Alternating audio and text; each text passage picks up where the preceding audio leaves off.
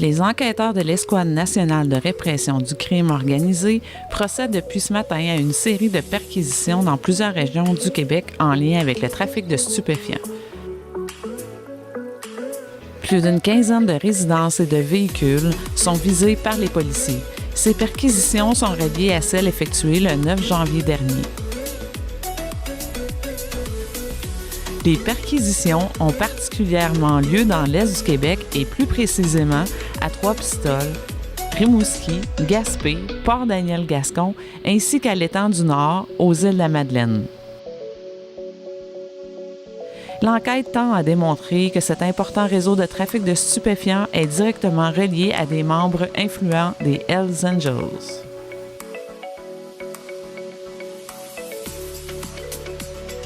Hydro-Québec souhaite informer la population à propos de courriels et de textos d'hameçonnage qui circulent actuellement.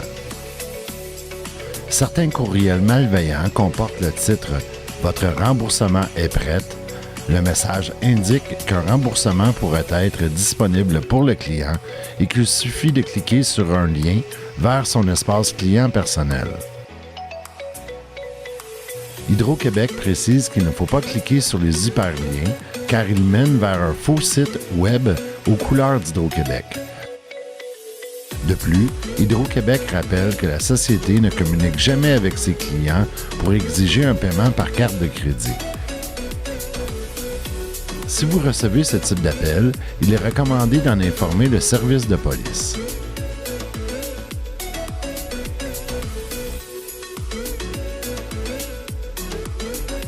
La Société des traversiers du Québec semble avoir trouvé une solution pour assurer le service de traversier entre Matane-Bécomo et Godbout.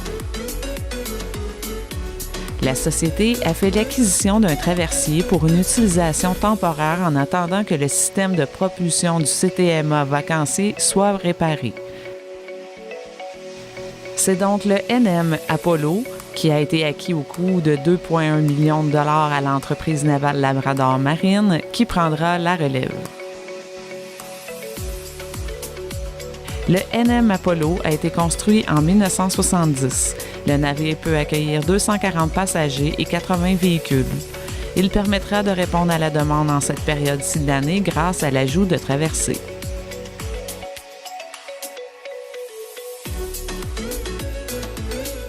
Yves-François Blanchet, ex-député et ministre de l'Environnement dans le gouvernement de Pauline Marois, a été élu sans opposition à la chefferie du Bloc québécois.